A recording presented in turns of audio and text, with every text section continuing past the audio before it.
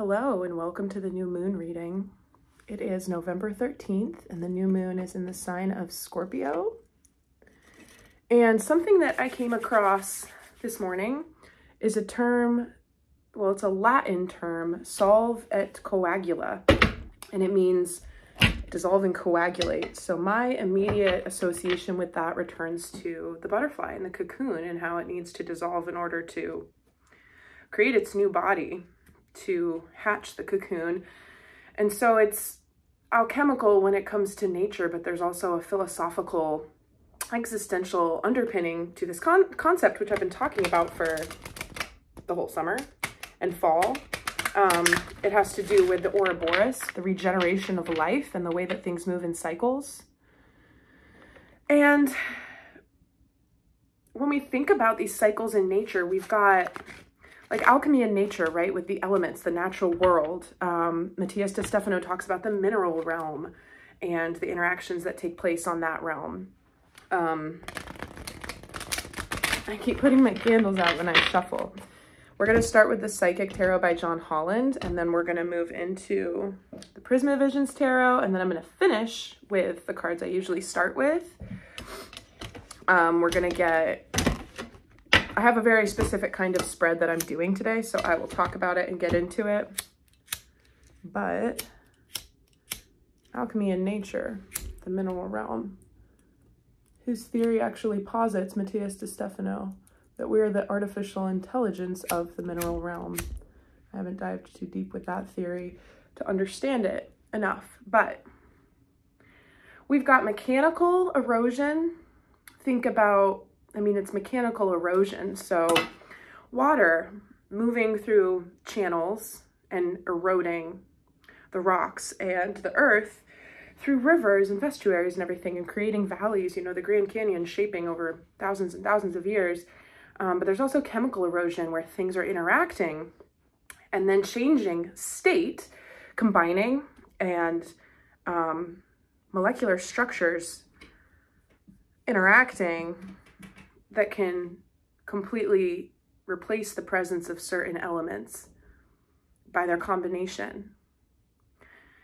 And so the vibe I'm getting off of this new moon is that we're in a process of both mechanical and chemical erosion.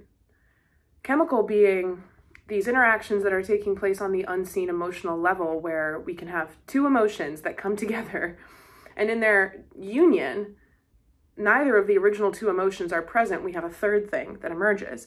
And another part of this concept is just being open and understanding of, being open to and understanding of the fact that when we're going through periods of deep transformation, things have to change that you weren't counting on changing in order to bring about the positive changes that you are counting on. And it's a basic concept, like something's got to go in order for something to come in. It's basic enough to our conscious minds, but in practice, it evades us all the time. It evades us all the time. And partially that's because of the human ego saying like, okay. We like to create confines where we have a grasp on something for our own survival.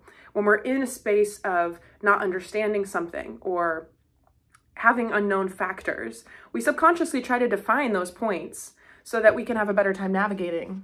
And my point in saying that is that it's like, despite our best efforts to hang tight in the unknown, to be able to create and co-create with intention and then partnered action to those desires and hang on to it, but leave enough space for the universe to come in and deliver things in their own divine timing.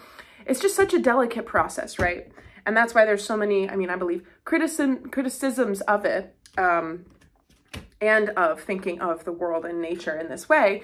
But when you get it, you get it. And it constantly, like there's never any limit to how much you can let that attempt to attain that balance change and evolve you in positive ways. Again, it's not about the doing of it or the completing, it's about the commitment to the growth, really. So I'm sensing there's, okay, I get like theater or stage or play analogies from time to time. This one's like, the surface level of how things appear in our lives right now is like the performance itself. So what happens when the curtain goes up, act one, you know, scene one from start to finish, and then we have a little change out, second scene, whatever, act two, act three, the play's over. What's happening right now and what we're feeling more, it's got more weight in the actual cascade of events that leads to what we're experiencing right now. What's happening behind the scenes, between every act and every scene of the play, is a lot of like people bumping into each other. People are stepping on each other's toes. She put on the wrong costume. The zipper's broken. She can't get it down. That piece belongs in act three. You're going to put it on scene two. It doesn't belong there. There's this deep, I don't want to say miscommunication. It's sort of the opposite of miscommunication, where everything's trying to get sorted out because the miscommunication, or what has been miscommunicated in the past, and that's to be taken loosely interpreted, you know, not maybe literal miscommunication, but misunderstanding and however else it may pan out. That's already been acknowledged, and now it's being worked out, which is why there's this chaos feeling about it. In addition to that, there's this time constraint feeling, like the curtain, you know, 20 seconds till curtain, get the piece, swap it out, fix it, make it the right way. So that's what I'm picking up on intuitively today. So like I said before, I'm going to start out with the Psychic Tarot by John Holland. I'm going to do current energy, energy to embrace, energy to release, and then I will go down the line and I'll pull 3 cards from the Prisma Visions, and then I'll do 3 from the Illuminated Tarot, and then I'm also going to get some of these Hidden Truths Relationship Oracle, very, very, very, very, very specific, like, cards. It's going to be your energy. Focus. Thank you. Your energy, the person, if any, on your mind's energy, and then the energy that's shared between the two of you. It's very hard for me to work with those cards and not get clarifiers. If I do, I'm being guided to get those clarifiers from the tarot and not the message oracle, because it just gets so, like, it's hard to do collective readings with those. Okay. Current energy, positive movement forward. Number 8, that's excellent. We like that. Wisdom, yeah. Number 5. That is the Hierophant, I believe. Trapped in Fear, number 8. 5, 8. 8, 5, 8. 8 plus 5 is 13, by the way, and it is the 13th. As well as the sum of these being 21, which reduces down to 3. All right, so I am going to read from the book for these. The red border in this deck represents the physical world, so it's akin to Pentacles in the normal tarot. The green bordered cards, which we don't have any of, those are the emotions, so they're more like the cups. Then we've got the indigo border, mental, which is swords, so that's this guy. And then the violet border is spirit, which is wands. Trapped in Fear, page 127. Okay.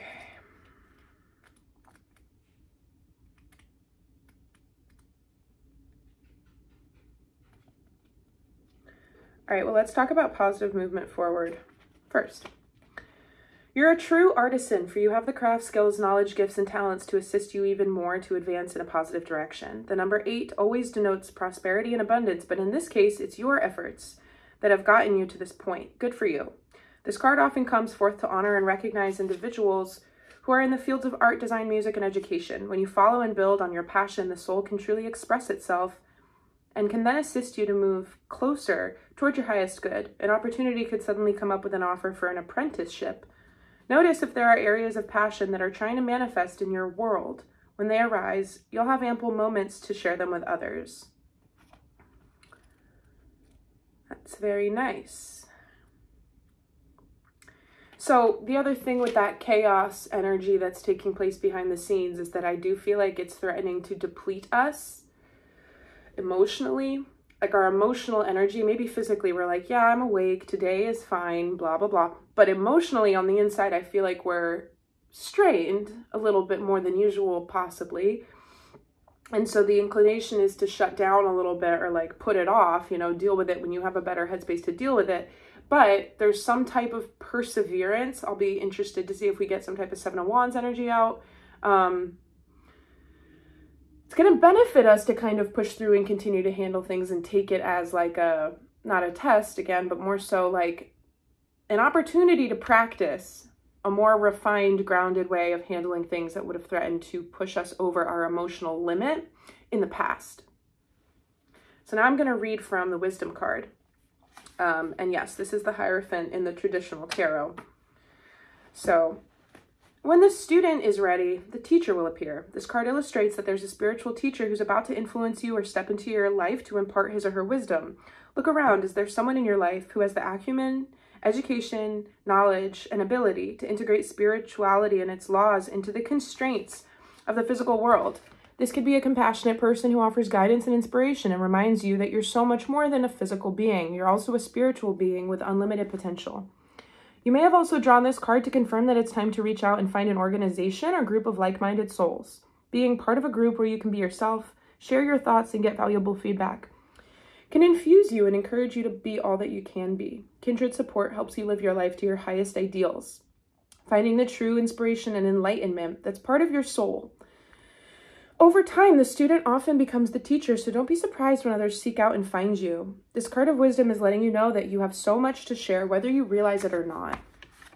Yeah, I mean, I see them pairing really well together. So that's our current energy with the positive movement forward. Knowing that the things that are starting to look good or shape up or little glimmers of openings and cracks of, you know, where the light can come in a little bit more. All of that like this, right? Peeping out from behind the sail. That is something that that's not happening by chance. There's a reason why things are starting to give way in a positive direction that feels good for you, and it's you. You're the reason. And so I sometimes think that we have the tendency to not think that we are deserving, right? All different kinds of programming or just things that we're trying to release, consciously responding to, have the tendency to pop up at times like this. Also see the parallel between, you know, the sun between his head and the light ray coming off of that, and then the way that this is behind this, right? And we're just having these eclipses. So things being eclipsed, things being revealed. This is very much taking place in the micro and the macro levels of our lives right now. And they pair so well together because what it's saying in current energy is that there's a new journey, right? On a sailboat. There's a new avenue, there's a new path, there's a new map to follow, and you've been given it because you've advanced as far as you have up until this point.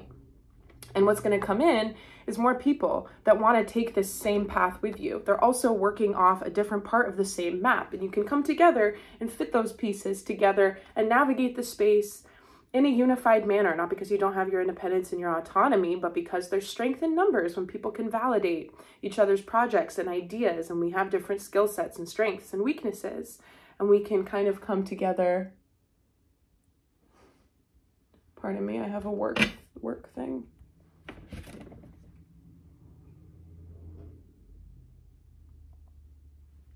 Okay, that'll be fine.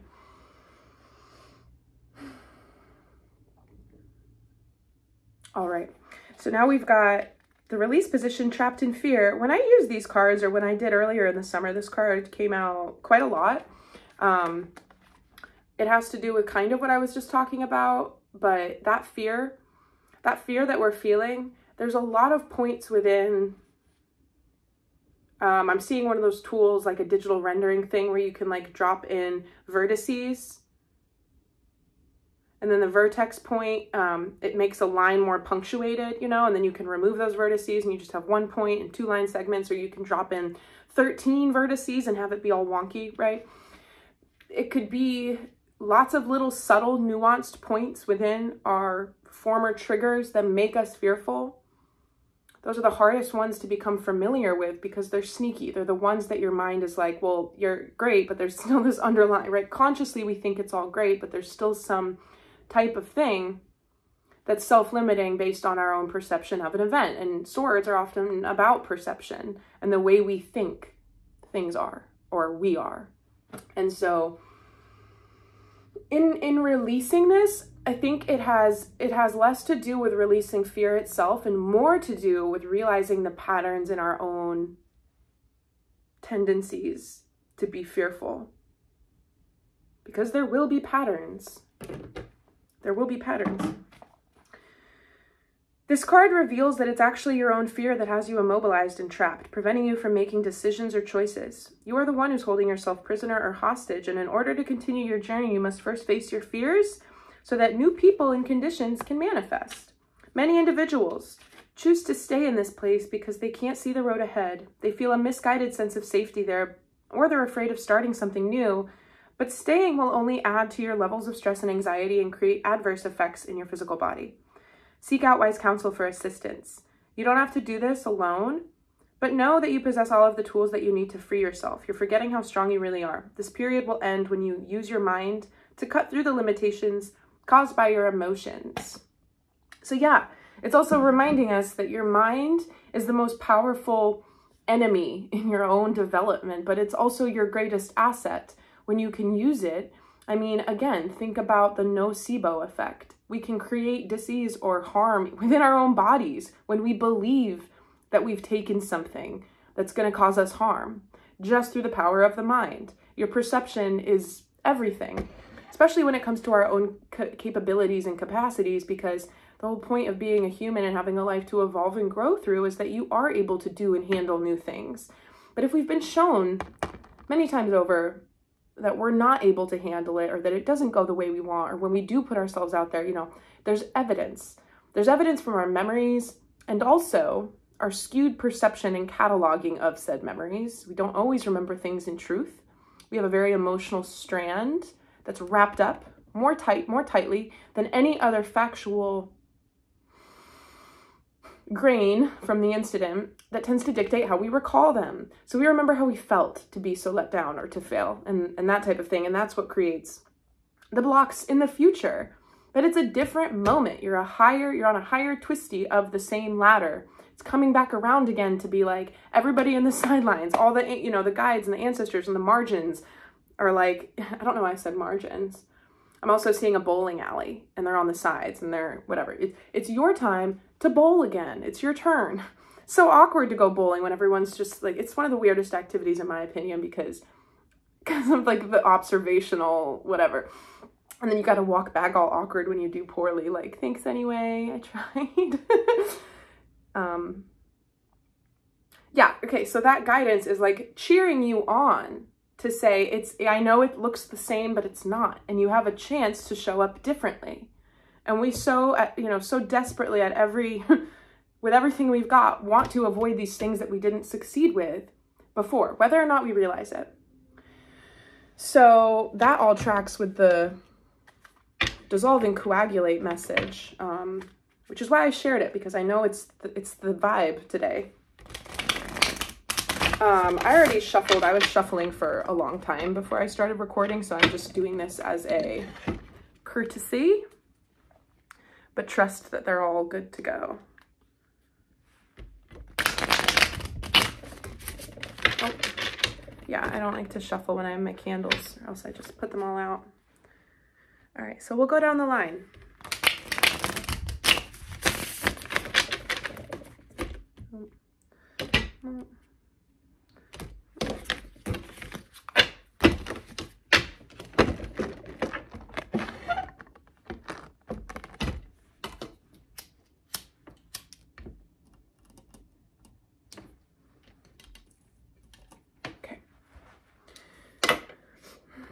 All right, clarifying positive movement forward in our current energy. Number 8, the 2 of Wands. Very good. Yeah, and again, I mean, because it's Scorpio, I love these cards, and I say it all the time when I use them, but they possess this nocturnal quality from all of the navy blue. The navy blue is basically like the color white in this deck, like all of the negative space, right? Everything that's not illuminated is eclipsed with the darkness of night. It's a beautiful, beautiful deck for that reason. And Scorpio is about the underworld, right? And the depths and the things that are not immediately available to be seen. But when we come into these seasons, they're asking to be seen. I'm seeing vines creeping out of the sewer, which is strange. But Two of Wands here. Similar, actually, to the classic interpretation of Two of Wands, in which we have both staffs, right? We've gone from a 1 to a 2. 2 on the clock when I look up. And it's a choice, it's an option, it's the beginning of a journey, it's the ability to look out and plan, but it's not motion yet. So I like that, pairing with this. And I also really like how we've got the moon out, but there's a glow on the horizon. And that for me is calling back onto the sun here, the sun there. I mean, that, even the amount of the sphere that is eclipsed by his head or the sail, like proportionately, that's very similar. Like, this is why I love the tarot and using different decks and stuff, because of how the imagery aligns, and why it's going to be very, very, very, very, very cool to complete my own deck, because I know that there's going to be so many synchronicities and things in the cards when I start using them to do readings where I'm not planning for anything to line up or do, you know, have these little kinds of moments, but it will. I guarantee it. So anyway, the glow on the horizon is indicative of a pending sunrise, right? Just like I said, the navy blue makes it appear that everything that doesn't have this magical quality of presence or attention or light with these little specks, the way that it's drawn, is in darkness. But we know that the sun will eventually rise because of the cyclical nature of life. And so there's this kind of potential anticipatory energy within this that we like. This is all, like, I can't emphasize, even though we're trapped in fear, just a little bit about a few things or about everything, and it's paralyzing. You could be, you know, at different points on the spectrum for the way this energy is manifesting. Even though, here's a major arcana, and we're already kind of compounding this, like, new opportunity in a good way, in a supportive way. This energy isn't conflicting that positive movement forward. It's adding to it. And, you know, Wands and Pentacles, that's, in my opinion, a really dynamic duo for manifesting positive movement forward when we think about Pentacles being of the earth and actions. And what are we, I'm sorry, is it Pentacles? Oh, I'm talking about Pentacles because it's a red border card and it represents the physical, what we're actually doing. And then here, the Wands, that's about the strategic thinking component that helps us navigate, not over-analyzing in a mental paralysis way, but the proper thought that leads to passion, that leads to action. The Tower, that is clarifying the Hierophant or the Wisdom card in the energy to embrace. That's interesting, isn't it? So the Tower, I talked about this 2 to 3 readings ago now. It's destabilizing, but it's for a good reason. And the Tower was with the King of Pentacles in that other reading when it most recently came out. Granted, it was from a different deck. But the parallel in how it's appearing now is that it's with the Hierophant, right? They're, in both cases, Tower energy being paired with a strong, masculine, grounded, stable, certain, powerful energy. And I continue to get the idea that even though we're going through Tower moments or points of upheaval where it requires a certain level of, perhaps it's a decision you'd rather not make, perhaps there's no good answer, and we just feel defeated by that, or trapped in our own mental prisons around it, not able to make a decision, it's still leading us to a place that we want to go. It's something more of part of the collective energy right now where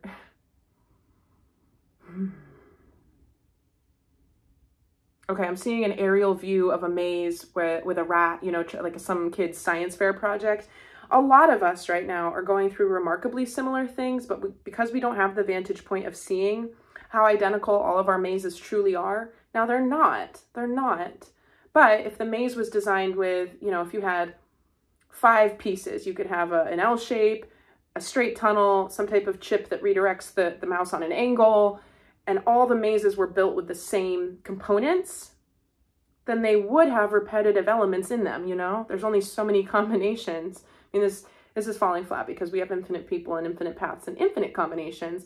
However, in the energy at this point, I feel like there's this isolated feeling around the fact that my problems, nobody would understand. My problems are bigger than what this advice is going to work for. That's not the case, but that's how it feels. And the solace is that far more people than are willing to admit feel that way too, right now.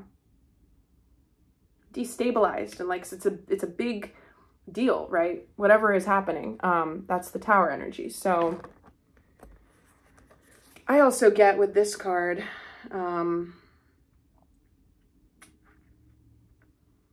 it's an interesting Tower because the Tower, it almost looks like a ship, right? Like moving across water in the night, but that's not it. It's a house on a hill.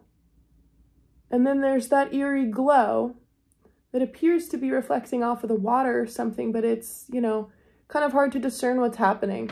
I like this card because it's not one of those more classic depictions, but it's got Twilight Zone energy. It's got, you know, the valley of the uncanny valley, something where things don't add up. It's our opportunity to show ourselves another side of us, another part of the abilities that we know we have, but we haven't exercised them in a certain way. It's defying what seems the most logical or the most probable because we have wisdom. We have wisdom around it. What's appearing. But we might have to go a little bit deeper in order to access that wisdom. And as with anything Tower related and fear-based related, with our free will, we have the opportunity to say, no, it is too big of a deal. It is too much. I can't do it. When we say that though, that directs our path and what we experience as a result of that. So it's on us to decide how much we're willing to give. If we're thinking clearly about what's in front of us, or if we're convoluting the space with our own ideas around it. Another thing I'll just share is that you see these two cards next to each other. It's like the light of the wisdom is creeping into this one. He's so close, right? But there's no bars over the light in this card. And there's bars here. The light touches him, but he's sitting on the inside of the captivity. So what's a clarifier for this trapped in fear card in the release position?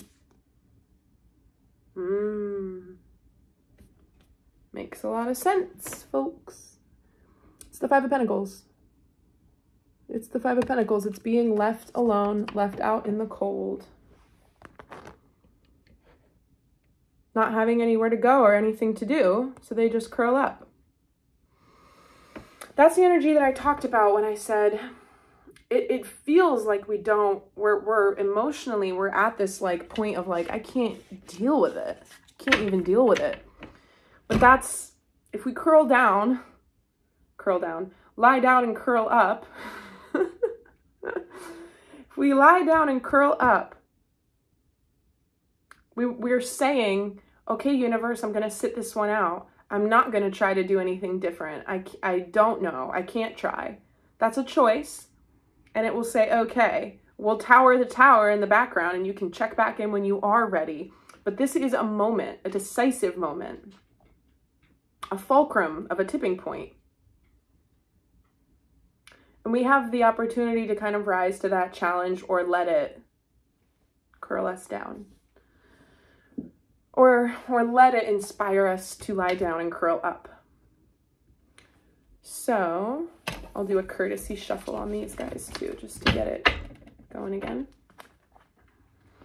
Clarifying the Two of Wands and the positive movement forward card in the current energy. Oopsie doops. Ace of Cups flipped up.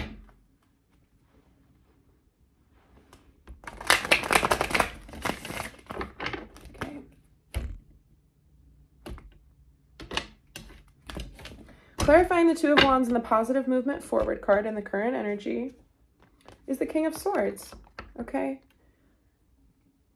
Now I'm going to pull the second one right away because I have questions already and I have thoughts about this. Energy to embrace. Clarifying the Tower and the Wisdom card of the Hierophant is the Two of Cups. Energy to embrace. Energy to release. Ace of Wands. Okay. All right. All right. All right. So the King of Swords came out the other day in my reading. And it was in sort of a confusing spread of cards that are in the release position because it was talking about not doing things by force and maintaining the positive expectation to things that we're trying to change, but not too tightly that we deny any amount of chance to manifest, because when we see that, then we don't, like it or expect it, so we count it out. It's a controlling energy, but it does make things happen and it's powerful and he's in charge. So I guess where we're at, if you think about current energy with Two of Wands, positive movement forward, perhaps we're getting a little bit of a green light to not control, but because we've already had this conversation around control and what's taking place right now in the scenery with the play and how we're feeling, it makes more sense so that we know it's not Emperor energy, it's King, but he's learning, right? There's a reason why all the kings are below the Emperor, because they possess very strong qualities that pertain to their suit, that support and make possible the scope of their power. And his is about getting things done with decisiveness, with clarity, not looking back necessarily, being wise and informed. He doesn't want to be stupid. He's not going to do things in a foolish way. He's got lots of advisors that run around and pick up information and whisper little things in his ear so that when he does make his choice, he knows why he's making it and then he's not going to regret it. It doesn't have to do with forcefulness. So part of this is being able to survey the land, the territory, the journey that we'd like to take, the journey that we're already on, what's led us even to be able to look out this far. Know that positive movement forward, like the guidebook said for this card, is available and related to, available because and related to our past efforts for whatever it is that you're dealing with. So I like that. I continue to find that puts us in an empowered position, continually more and more empowered as we move through what needs to be released the most. Doing the releasing that needs to happen is the biggest theme with this moon. All right. And then we've got the Two of Cups, clarifying the energy to embrace. I'm not really surprised because of this theme around love and emotions and actually being fulfilled. It's a balance. And look at this. Two of Wands, Two of Cups. So coming in after the Tower, it's not a classic traditional interpretation of the Two of Cups, but we have to think of them as a triad now because they're all in this one position. Energy to embrace. Excuse me. I'm seeing it. Oh, it just completely left my mind. Where were we going to go with that? Oh, yeah, I'm seeing it as in dialectical behavioral therapy. It's a tool spoken of as radical acceptance. Radical acceptance is very liberating. It doesn't mean that you're qualifying the experience. It doesn't mean that you're judging it good or bad. It means that you accept that it's happened. That's a very stabilizing energy, regardless of what you're applying it to, because in that moment, you create the opportunity to move forward. So we think about the 5 stages of grief, or maybe there's 7, I can't remember, but denial is one of them. You cannot go anywhere if you're denying that something is real because there's no integration of the implications of that thing in your world. You're denying that it has implications. Or you're denying to acknowledge the way they make you feel and therefore that there's a change that is needed. And so I'm seeing this as a radical acceptance of what is being towered in our lives and not seeking meaning out of that, but simply letting it rebalance us and say, okay, maybe I lost everything. Maybe I'm going to lose some things, but balance will come in to replace that. The reason why it's happening is because it wasn't balanced. I'm going to get a clarifier for this, but I'm not going to do it yet. I'm going to talk about the release position first. So we've got the Ace of Wands, and that's funny because this came out again the other day. I had the Justice card and the Hanged Man card, and I was talking about certain things needing to kind of gain some final closure in the practical, more legal, contractual aspects of our lives. With Hanged Man, clarifying that Justice card, I was saying it might not be the way that we expect or like or anticipated or on the timetable, you know, of our preference, but it's still something that results in this, which is new opportunity, okay? But this is in the release position. So why is this here with Five of Pentacles and that Trapped in Fear card? I'm seeing it as this magical thing that floats down from the heavens and says, here's your out. That's not going to happen. It's different in the context of how we spoke of it the other day, because that is saying that we've already put time and energy and investment into working something out, and that there's going to be some, you know, legal, there's some retribution karmically that's owed, that's due, that's already had the ball rolling. So if you're in a lie down, curl up energy, it's not necessarily that something, you know, is gonna, an angel is not gonna fly over your house and drop a $20,000 check in the window. It's not likely. It's not likely. So if you're banking on something that's going to just free you of this state, trapped in fear and feeling like you're out on your own in the cold, the first move to freeing yourself of it, instead of relying on a miracle, is by getting up. I know people don't like to hear that. It's like, we don't, I mean, it's kind of obvious, but it's just the way forward. It's just the way forward. Got to keep going. Okay. All right. Well, first I'm going to do the hidden energy, our biggest obstacle, and the advice. And then I'm going to put this here. This is going to be the clarifier. Oh, all right. We're doing one more row, I heard, okay? So we'll leave those there just for a second, but I want to get the hidden energy, the biggest obstacle, and the advice. Hidden energy, Ten of Swords. Is it hidden? We need to take a good long look at the things that we're engaging with regularly, or the things that we feel are not croppable or prunable or omittable. Like, you're not obligated in life to partake in certain things. Perhaps some things you are, but some things you're not. And there's a lot of levels of obligation that are very like insidious and we don't quite understand. I mean, I'm not really a fan of the way that certain terms are thrown around and used on the internet when it comes to like narcissistic abuse. Not everybody who people are labeling on the internet as a narcissist are narcissists by definition. It's become this inflated thing and whatever, but for lack of understanding around what that, you know, how we're actually applying that and what the reason for those kinds of psychological dispositions, what the reasons are. It has to do with childhood neglect, for one, and other things. But my point in saying this is that we can, like, I don't know, some people are just so sworn in voluntarily to things that are not good for them.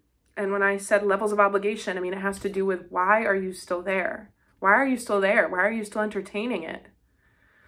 This could involve no other people at all. It could be your toxic habit of fill in the blank. We all have things that we're working to change and evolve within ourselves that we know are going to help us achieve what we want in faster time and be more stable. So that's the hidden energy. What's the biggest obstacle? King of Wands. Okay, I'm getting that this has to do with ego a little bit, okay? This king, I was talking about the King of Swords, right? They're all different for a reason and possess their energies for a reason. He's the one that knows that he looks good. He does feel entitled, potentially, in certain circumstances. He's the one that they would be like, great job, king, winning that battle. And he'd be like, thanks, like, did you doubt that I was going to? And, you know, he already knows he's so good. And so there's something within, when we do these like healing, a lot of us go back and forth. And this is like I don't know what it is. There's a word for it. The crippling anxiety of just being alive. I don't know. We oscillate between feeling self-important and like we're worthy and we're good, to the point where it's like, and so it almost tips into this egotistical thing, because the ego is constantly trying to reconcile with the way that we're navigating and thinking, right? And then it tips into like, well, I'm not deserving of it at all. They're two sides of an extreme, or like I have no self-worth at all. It's kind of this delusional black and white thinking that goes along with dialectical behavioral therapy, and radical acceptance as a mindfulness tool. And so the obstacle is, again, it has to do with timetable and being realistic. We kind of want to be like, well, you know, realist, pessimist, or optimist. How do I inhabit those spaces so I'm not, you know, let down or proven right in the way that I don't want to be and all of that? It's like, again, it has to do with the ego jumping through hoops within our own consciousness to try to define things that cannot be necessarily defined. But overall, it's just saying like, we're going to have to change things, potentially be, you know, employ some humility around what we haven't done properly, not because you're the worst person in the world and it's all bad and wrong, but because that's, you know, it's okay to change. It's okay to not have done things the right way, as long as with that awareness, you're ascending with it and changing. We live in a culture today with self-help and therapeutic communities in the online. We've got so many different kinds of coaches and services that you can pay for, and that's great. I love how accessible it is. Everybody should be able to easily find somebody that they can talk to and work with that's going to help them balance and stabilize their own energy and, you know, overcome certain things. But I feel like a lot of people engage that today by looking for a way to explain why they're different or why it's not, like, I don't know, all the different ways. Like, you've got tons of people on the internet discovering what it means to be neurodivergent, and then we've got people banding together over memes and content around how much of the autism spectrum you relate to, or if it's ADHD, or if it's multiple personality disorder or bipolar disorder, you know, and I saw a very toxic meme the other day, and it was like something about the realities of being diagnosed with ADHD late in life. Something along the lines of like, and this is how hard my life is as a result. It's like, I have a lot to say about all this, but I don't want to go on this tangent right now. So what it comes back to for me is how I was saying, like, a lot of us get into that space, and then once we figure out what's wrong with us, it's like, oh, well, I figured it out. And those definitions and what that means and how we, you know, manage it. Oh, you need medication. That's why you're not, you know, that becomes its own journey that's not aligned with why we set out on the journey in the first place, which was to manage and accept our conditions, the conditions of our minds, our own experiences and traumas. And then, you know, we work with it. It's like we get to these places in the way that we treat people today, where it's like, oh, you figured it out, and now this is your lot in life.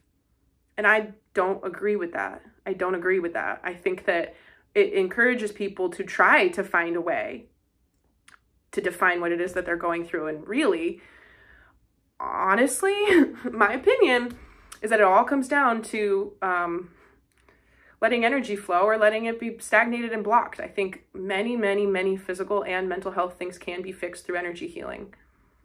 The reason why we have such definable groups of people having the same ailments, be it mental or physical, is because of external factors and very, very common things that take place within the family dynamic and all of this stuff. It has to do with polarities again, and masculine and feminine energies and roles in society and stuff. So anyway, that's the biggest obstacle. Surrender something within ourselves. What does it even mean, right, to have a damaged or bruised ego? It's okay, actually. This has happened to all of us. We don't like the way that it feels, but why? The ego is not who you are. It's who you think you are. It's who you think you are. A lot of people try to finagle. They're not fooling anybody. They try to finagle things in their minds to make a narrative that their ego will accept. That's, I dated somebody like this. I shouldn't say this on the internet, but I've dated lots of people. Nobody knows who I'm talking about. It's fine. A person who would simply change what happened. Something would happen and then they would retell it, or they would tell it again, or they would tell it to somebody else, just different, just straight up lying, not consciously, because it was a continued remodeling and reshaping of a situation that fed something within this person. And it was very easy to see from the outside. And it got me thinking, if you do that with things that are inconsequential, do you do that with things that are very, like, am I getting the real version of your reality? I don't think so, because you're not even giving yourself the real version of your reality, because your ego is not equipped to handle that because it's too built up. This is where we get into ego death and deconstructing. Not kill the ego, but deconstruct, work with, understand, and then use as a guide going forward. Having your ego bruised is a healthy thing. I think a lot of people, young adults, or I mean, there's a lot of not young adults. When you're performing the traits of your ego and then you see how you get triggered or trigger other people, it helps you realize who you really are and who you thought you were and how you were behaving that made other people think you were a certain way. It's all made as a system in our consciousness and our ability to access certain states of consciousness so that we realize things.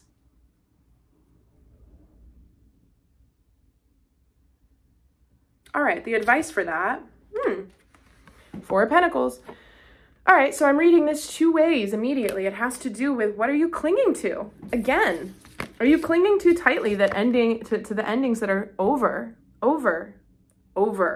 Not only is it not meant for you, I mean, this has to do with you.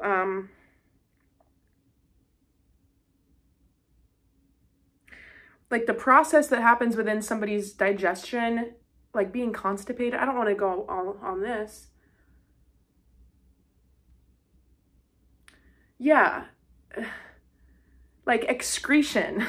Like if you don't go to the bathroom, right? Like there's a healthy process that needs to, like something's trying to purge out of our lives. And if you don't let that happen, that can get bad, unhealthy, problematic, uncomfortable for sure. So what are we clinging to? What are you clinging to?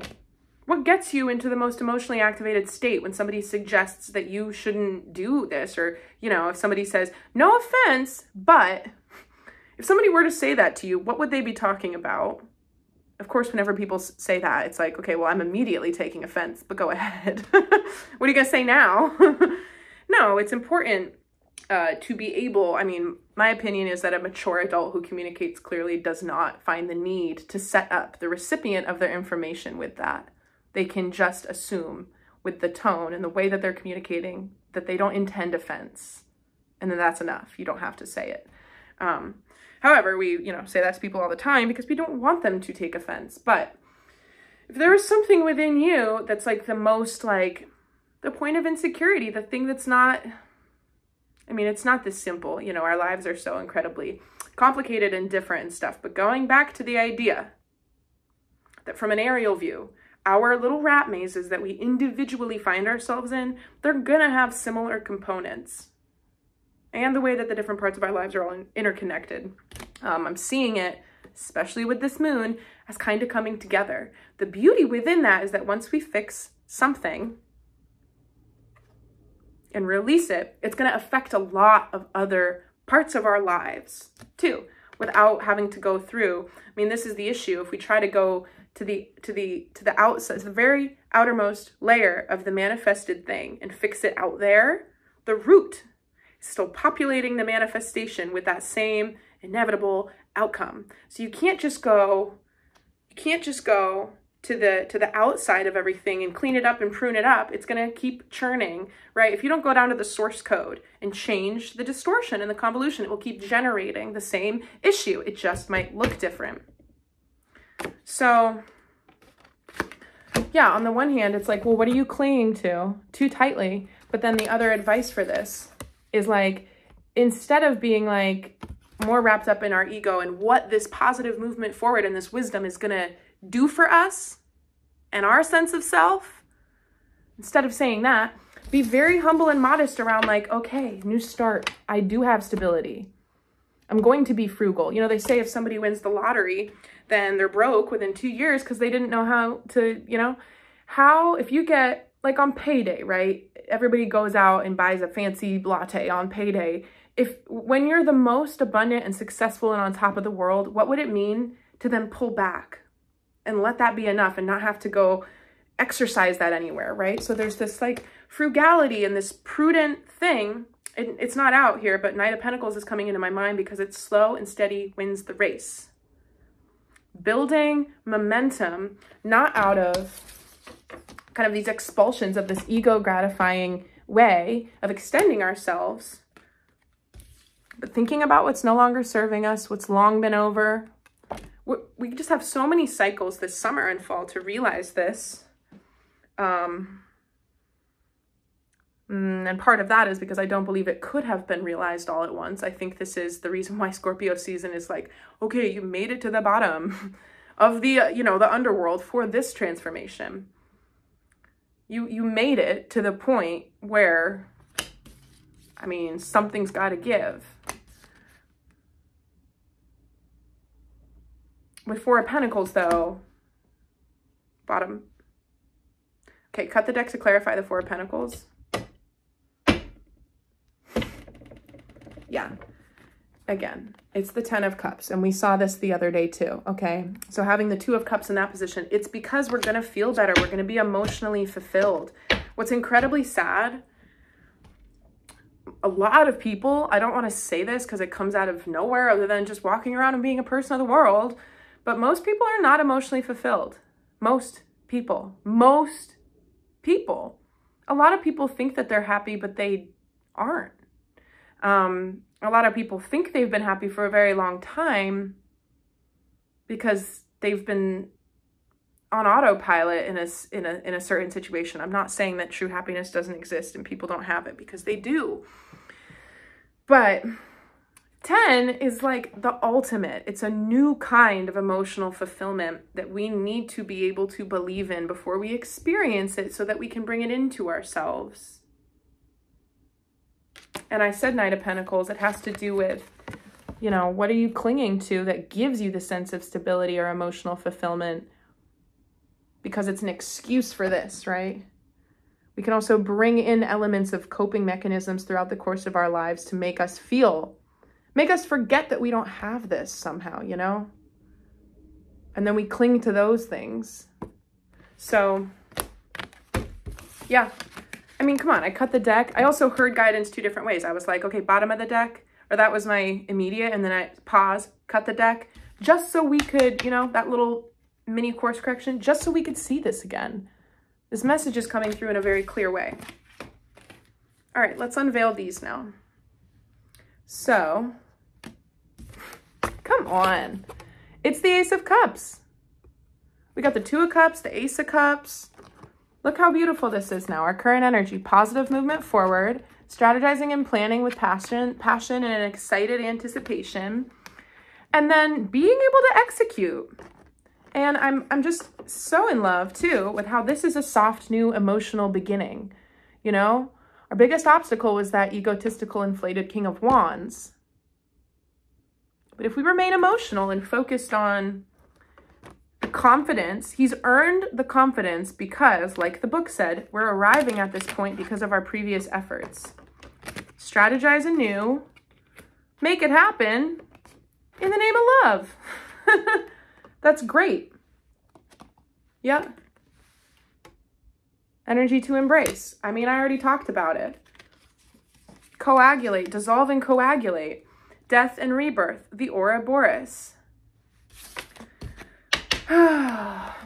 We're shedding skin. We're shedding all 10 swords, in fact, all 10 wands. We really have the potential for life to not resemble the way that it has looked in a very long time going forward. We have the ability to, just like I said, with source code, if there's a distortion in that source code and it keeps generating outcomes that are flawed in a very certain way, we get in our heads over years or generations, or I don't know how long you've been alive for, but we start to see that's just how it is. That's just my luck. That's just how life is. That's just how she is. Whatever it is, that's just how it is. But that's not true. So these are the types of things trapped in fear. We're not going to at some point engage with something again if that's just how it is. Now, I'm not saying that's necessarily a bad thing. We live and we learn, and then we set boundaries and we know what we will and won't tolerate and stand for and that type of thing. But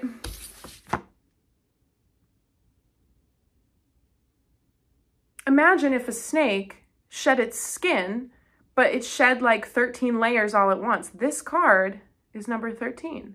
This is a Scorpio card. I mean, can you get any, like, this is the clearest reading I've done in a while for how literal these different placements are. It's like a snake is shedding 13 skins all at once, such that if you think about that skin, how every scale is a perfect shell, it flaked off of the scales that remain. It's almost like all 13 layers. You run your fingers over the scales from the shedded skin, and the ones that are actually part of the snake, it's fresh skin. There's actually new scales that weren't even in the original pattern. This is a lot of purging and regeneration, condensed by the eclipses that we had, coming in to be exalted in this 11-11 to 12-12 passage. I mean, come on, energy to embrace. We've got the Two of Cups, wisdom and potential collaborations, mentors, being able to feel like you're at a place in your wisdom where you can help others. This beautiful Six of Pentacles energy around taking advice and giving advice, taking good opportunities and offering them to others.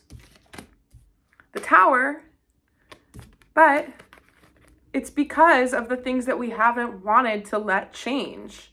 They're changing. It's all good. I'm starting to get kind of worked up over how good this is, I guess. I don't know. Okay. Yeah, I said it. Remember? I said we're getting rid of all 10 swords, getting rid of all 10 wands. Did you look at that? So our last release is all of the burdens, all of the things that for some reason for a while we've been like, well, I can't let go of that or else I won't be equipped in this way. I won't be protected. I won't be prepared. I won't be something. I don't even have to speak to interpret any of this. I just show you. Trapped in fear, laden with burdens. The whole caveat with the thing around the 10 of Wands card is that he's got knowledge and experience from carrying these burdens. It doesn't mean that he doesn't. It doesn't mean that he doesn't, but this is the exact way that I feel. I'm a lot better at this than I used to be.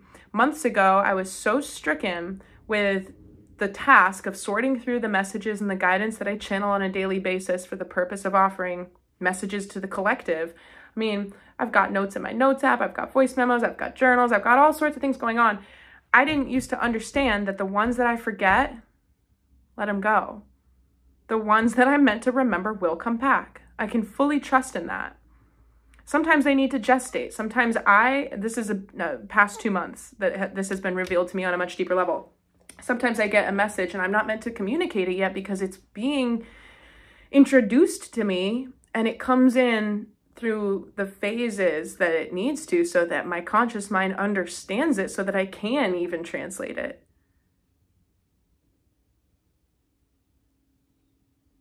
It's also the logic between the disposition around, well, not the logic, the emotional root in the disposition of a hoarder or somebody who says like, well, I might need it, I might use it, I can't get rid of it. These are the wands. So for me, with like the channeling thing with the ideas, I'm like, it's like pure gold. It's like pure, beautiful wisdom. It all makes sense. You know, I love to be able to receive information from my guides and kind of probe the collective subconscious and see things within that. That's part of how I'm designed. It's part of what I love to do. But if that's constantly tipping me into this state of stress and creative paralysis where I'm like, well, there's just too much, so I can't do any of it. I'm just so learned and wise from all my past heartbreaks and problems that I can't exist anymore at all. I'm Sisyphus, and my only job is to remember all of this pain and heartbreak and push it up the mountain and let it come down. It's just a completely,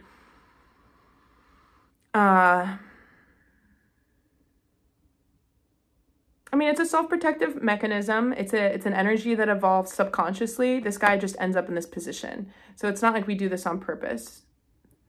But it becomes this thing where if somebody runs up to him and says like, hey, Billy, there's a lemonade stand right over there. Do you want to come get some?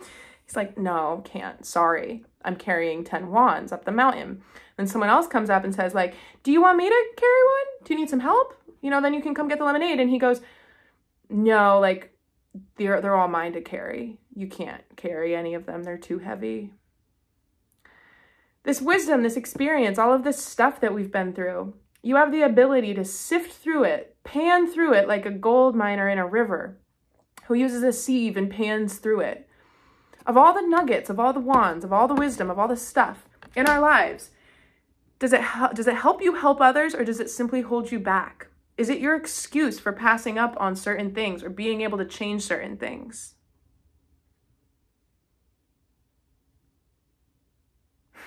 And I mean, this is funny too, right? We had the Five of Pentacles, the trapped in fear. I said, don't just wait around for the new beginning. Why? Because you have to release this. You have to release the idea that something is magically going to change for you. What you're wishing for is the change that your subconscious knows you're supposed to enact. That's why it's like, oh, Lord, help me. We've got a lot of people praying away things, you know, and this too, I said an angel isn't going to come by and drop a 20 grand check through your window. But here's the thing, is that we pray, or we do affirmations, or we, whatever we do. Maybe we don't, but say we do. When those prayers are answered, sometimes it's just the revitalization of strength within you where you are getting up. That is the, you know, God, the energy of God, the energy, we're in a realm where that's not, they're not, you know, that's not walking, this is our world. This is what we see. You and me are what we see. The stuff, the jobs, all the stuff, that's what we see. So when the powers outside of this realm that operate here, that we can call upon, you know, deliver prayers and things, it's through the energy of things changed. Or through another person. I've had so many angelic messengers through the people in my life. They may have no idea, but they come to me and they say something that's so wildly synchronistic, or something that I prayed about, or who knows, you know? I do that for other people. I don't even know it, but the thing that I said on that specific day just blew their mind because of the way that it coincided with what they're dealing with. You know, this is the beautiful way, the mysterious way that the universe works. The more that we pick up on that and say like, oh, wow, there's no explanation for that. That's so miraculous. Then the more that becomes your norm. There was a point in time when I was like, just so blown away, you know, and now I've got people who say to me like, well, I'm always seeing 333. Like, what do I do? What does it want from me? I just stare back at it. It's like, you say thank you. And you can always Google the angel numbers and look up that particular repetition sequence to understand what it's trying to say to you. But it's just, it's the reminders that you're not alone. These things aren't miraculous. They're the way that it should be. When we treat our experiences like a consciousness experiment, and see the way through the unknown with the blind faith. So,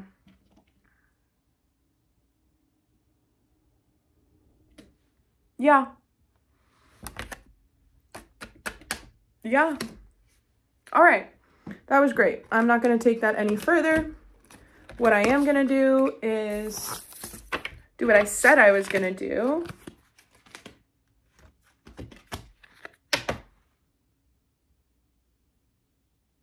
Wait, did I talk about advice? Yeah.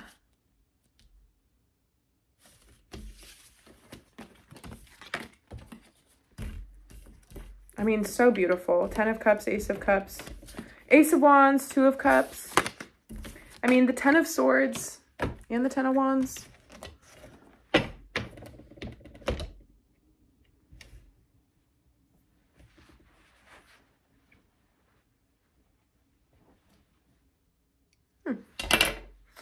Okay. All right, so I'm going to shuffle these and then we're going to do your energy, the person who's on your mind's energy. I mean, you can end the reading if you don't want a little relationship energy update. That's what this is going to be. I always say this. I've got mixed feelings about these cards. But just because they're so specific. They're so specific. I don't do love readings on YouTube because I just don't want to talk about that.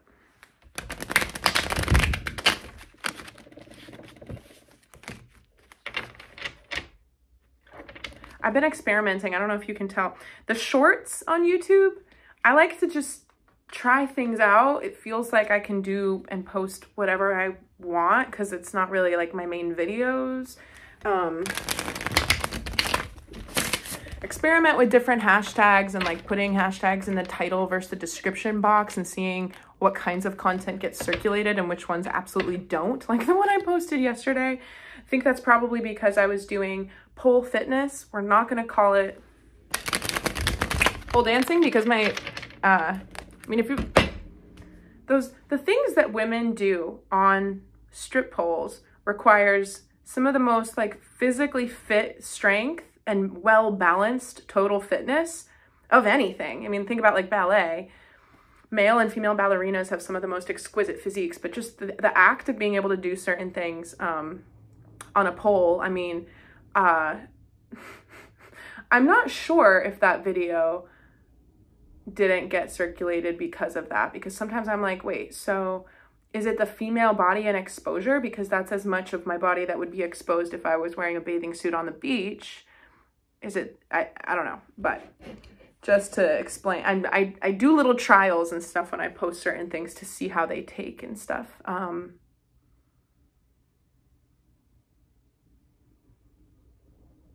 So yeah, I have taken classes for pole dancing, but in the community, we call it pole fitness because it's a celebration of just how strong you can be and how it is kind of a beautiful sexual activity that can be, you know, very enticing and alluring, and you can wear whatever you want and it's fun, but gets you really strong. Anyway, I don't know why I mentioned that. All right. So this is you, the current energy for the individual watching this. This is the energy of the person on your mind. And then the third one, I don't want to read them yet, is the shared energy. I know that I crossed the line with you.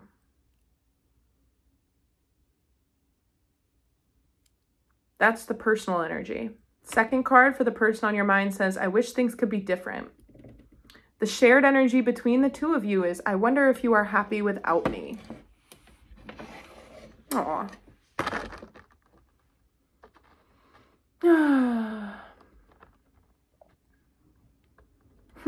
The reason why I want to work with these cards today is because of all the cups stuff and just what I'm feeling in the collective and what's been coming out for people. So I tend to think that people are going through certain kinds of relationship or relationship concerned things right now. I wonder if you are happy without me in the shared energy. So if you're wondering this about somebody else, you can know that they're wondering it about you. And what's the answer if both people are wondering it? Who knows? I tend to think that even if you're missing somebody wondering if they're happy without you, your happiness isn't really contingent on them or theirs. And you can be happy and still miss somebody and hold space for them and, you know, love them, because only then do we realize, right? If you love something, set it free, blah, blah, blah. Only then do we realize that our love, in a lot of cases, we want it to make us feel good. They have to be there to receive the love. Gosh darn it. If they're not, then what am I doing with my love? Love is just a process of, I'm not going to go into this, but you get my point. So I know that I crossed the line with you. I mean, I can't really clarify this. I said I wasn't going to do this. I'm not. I'm going to take from this deck to clarify, because it gets weird when we take too many of these, because they're so specific. The energy, I wish things could be different. I mean, yeah, you can understand that the person on your mind right now wishes that things were different between the two of you. There's so much transformation taking place that even though you're not potentially together or communicating at all, that they haven't forgotten you. Now, as far as wondering if they're happy without you, I mean, this makes me think about people watching other people, like exes and stuff on social media and whatnot. Number one, if they're happy without you, they appear happy without you, that doesn't necessarily mean they are. If they appear happy and that makes you feel left out, then why? That's going to say a lot about you and your level of healedness and readiness for a relationship.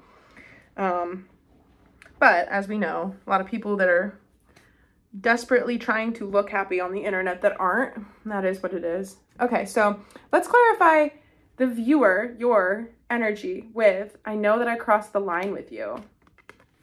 Something led in heartbreak.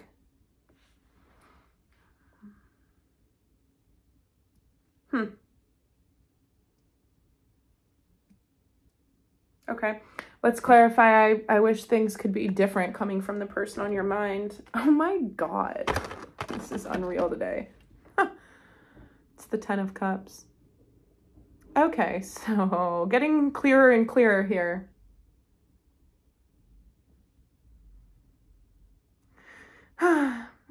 Maybe you owe somebody an apology. Maybe something didn't pan out with any type of formal closure. Who knows what it is? But the person who is the person who you're thinking about, who you don't feel good about for whatever reason, they want emotional fulfillment and happiness. I'm not. The reason why I don't do any type of relationship reading is because I don't want to put this out there and have somebody be like, oh, I cheated on that person and stabbed them in the back, but they still want me and all this love. And they go back and, you know, get all mixed up in something that they're, you know, you just simply can't read for individuals in collective readings. So take everything with a grain of salt and interpret it like you will, but you simply can't make it up, you know? So the shared energy, what's the clarifier for that? 4 of Cups, yeah. It's a period of coming back to self and thinking about what it is that we want. What's the advice with the energy and the relationships of the collective whom I read for throughout all space and time right now? What's the advice? All right, we'll go ahead and look for a new beginning. Start a new gesture. New lease on life oftentimes comes through a new lease on love. Why? Because love makes the world go round, and it's the foundation of the productivity of a lot of elements in life. What's the biggest advice? Wait, did I just, yeah. So what's the biggest obstacle? It's the 7 of Cups, okay? This is big, okay? Look. I know that we had cups in the other part of the reading, but I get into the relationship hidden oracle truth deck, and then we've got 3 of Swords and all cups cards. This is very, very strong energy, right? We're heartbroken over something. There's somebody out there that we hope wants 10 of Cups energy with us, or they do and we don't know it. So we're self-sabotaging and being like, well, I can't go back to that. I can't possibly make up for what I did. Who knows? Who knows? We're both kind of thinking about that, you know, the person on your mind and you. We're thinking about it. The advice is to go forward and start from the beginning. Start over.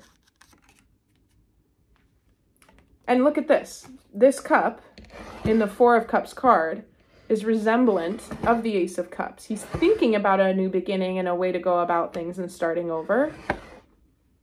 And that's the advice.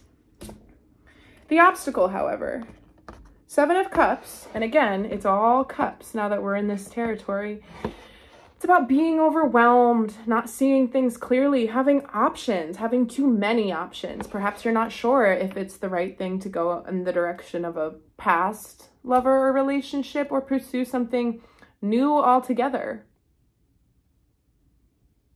The Ace of Cups doesn't let us know that much, but what we do know is that it's going to lead to something that feels right on every level, and we can be appreciative of that and also not try to rush it. A lot of the times with the Seven of Cups card, it's because we want some type of clarity that isn't possible. Seven of Cups, though, comes right before the Eight of Cups, which shows the man in the cloak with the staff going out under the moon to find emotional fulfillment somewhere after he leaves a situation that was emotionally devoid of meaning and fulfillment. And so when we're overwhelmed, sometimes you have to take a step back or go somewhere else in order to find the clarity of thought and the peace and the silence within your heart that will help you have the answer, because we do understand when we get quiet with ourselves, which we don't often do in the way that we actually need to.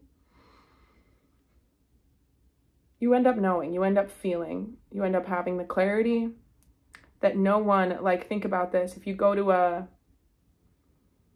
psychic medium or a reader or even a therapist, there's a lot of things within us that we have a gut knowledge about, intuition, higher knowing.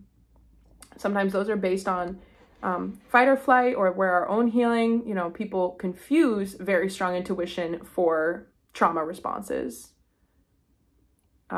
People can feel vehemently, strong about something and call it their intuition, but it's a trauma response. So that's dicey. And it's not something that you call other people out on. That's simply part of the journey where we work out our very strong gut instincts for what they are. But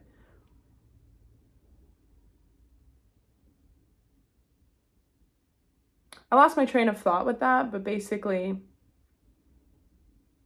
with the overwhelm that is looking like our biggest obstacle right now. All right, let's just clarify it. It's the Three of Pentacles. So I was saying, it's going in the progression of the tarot through the cup suit. It leads to going somewhere else, but that's not here. It's the Seven of Cups. So that could happen, right? So if you feel overwhelmed, you don't know which way to go. You don't know if you should reach out to somebody. You don't know if you should give somebody new an offer or something. You don't know how it's going. There's too many implications. There's too many hidden unknowns. You could just wait for the Eight of Cups, because we think about the tarot, all these energies and the way that things move numerologically, but the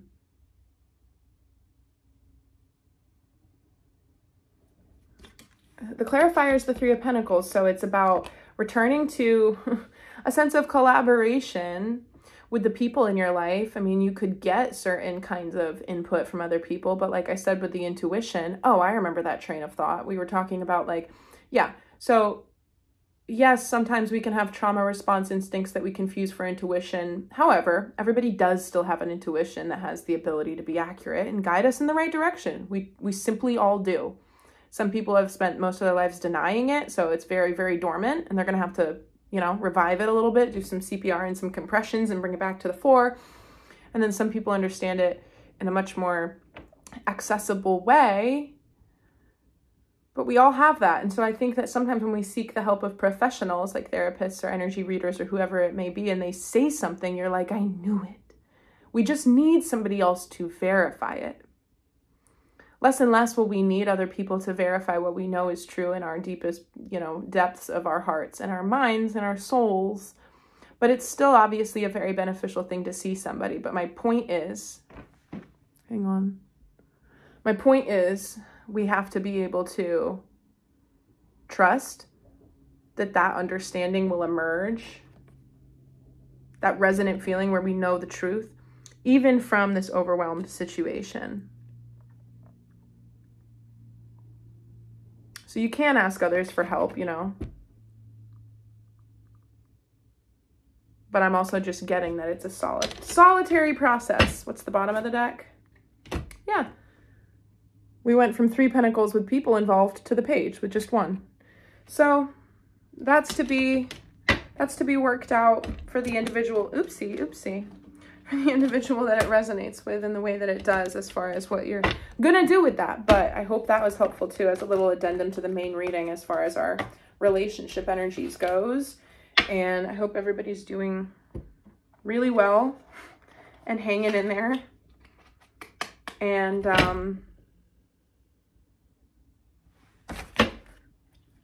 yeah, I will catch you all next time. Bye.